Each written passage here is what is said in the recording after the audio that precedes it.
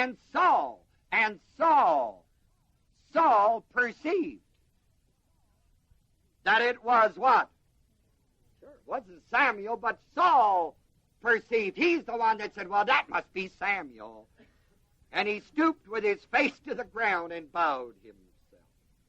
Why in the world would Samuel come to see Saul after he's dead when he wouldn't come to see him when he's living? And Samuel said to Saul, now this is all through the woman, remember this?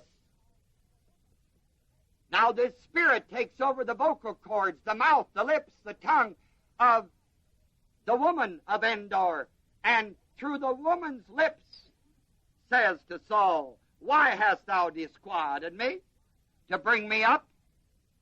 And Saul answered, I'm sore distressed, I am at my wit's end. For the Philistines make war against me, and God is departed from me, and answereth me no more, neither by prophets, nor by dreams. Therefore I have called thee, that thou mayest make known unto me what I shall do. Man, the moment you give yourself over to the devil and say, you tell me what I'm to do, I'll carry it out, you have given them a tremendous invitation. And they will not hesitate to oblige you.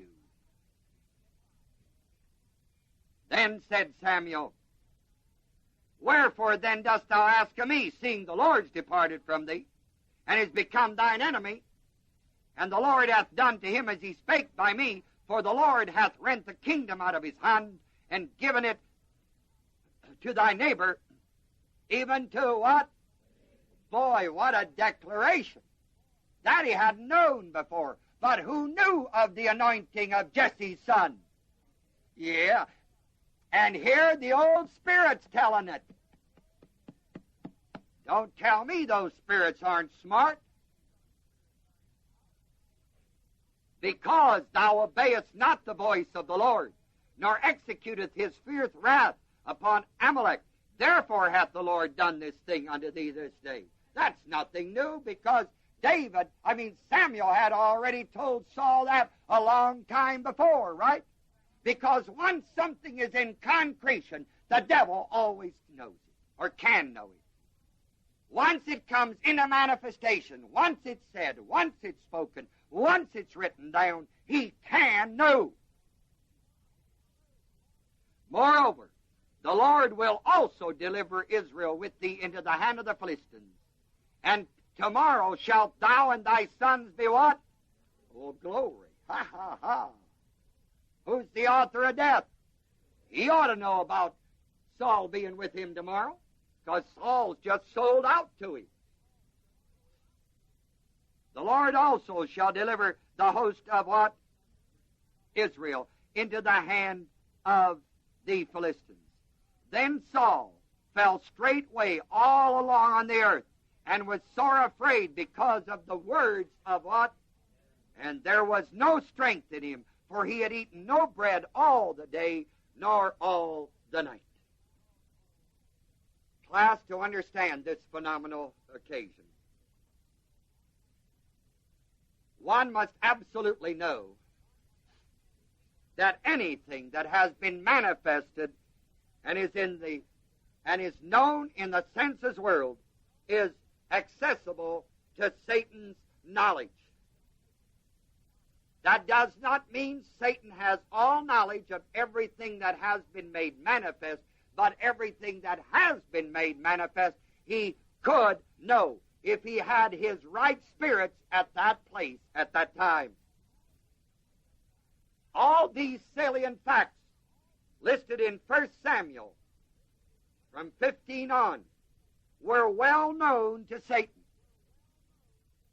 The Seance with the woman of Endor is only the climax of the deceiving power of Satan, working through a woman who was possessed and controlled by a specific kind of evil spirit called a familiar spirit. These evil spirits are called familiar because they are well aware of and acquainted with all that has happened in that person's life in the senses world.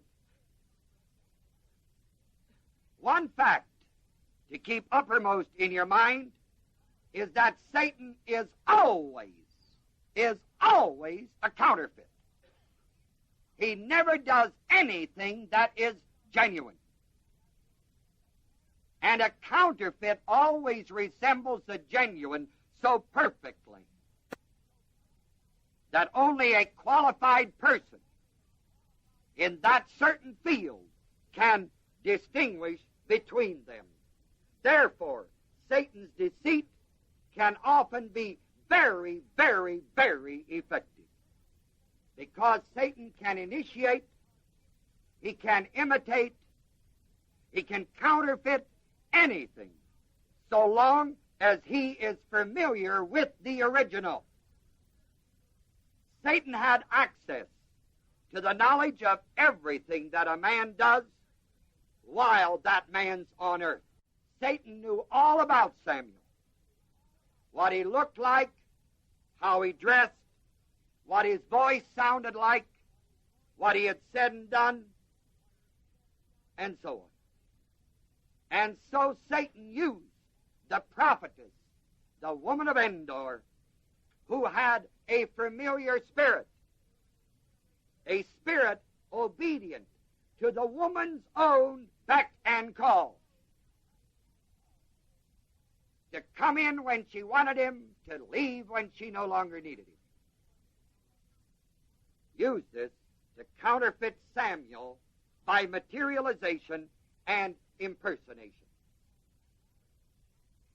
Class, there's not one fact in all 1 Samuel 28 that brings out any evidence which Satan could not know about Saul's person and circumstances. For all these things brought out in 1 Samuel 28 had been told before, with the exception of one thing. What? Saul's death. That's right. And death is of the devil anyways, therefore he would be able to say, tomorrow this time you'll be what? Dead. Right. Remember Hebrews 2:14? For death is of whom? The devil. Hebrews 2:14. Class, Samuel himself never appeared in Saul's seance with the prophetess of Endor. Samuel was dead and will not be alive again until the resurrection. But the woman of Endor, being controlled by a familiar spirit, impersonated the dead Samuel by materialization, and this to the satisfaction of Saul and Satan. Class, if the dead are not dead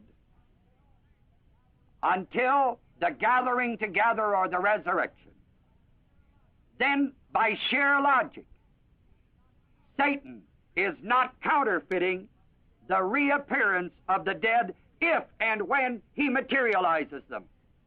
But if the dead are dead and stay dead until the return or the resurrection, then Satan simply is impersonating the departed dead by familiar spirits who dwell in people's minds, operating and controlling the individual they possess, even to the end of using their vocal cords, changing the possessed one's physical appearance also.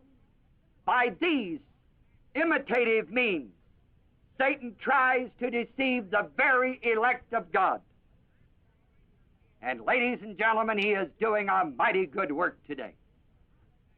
Since the dead remain dead until the return, Satan's impersonations are all frauds. They are the work of familiar spirits. If the dead are alive, then their reappearance or materialization is not caused by devil spirits. But if the dead are dead and stay dead until the return or the resurrection, then anyone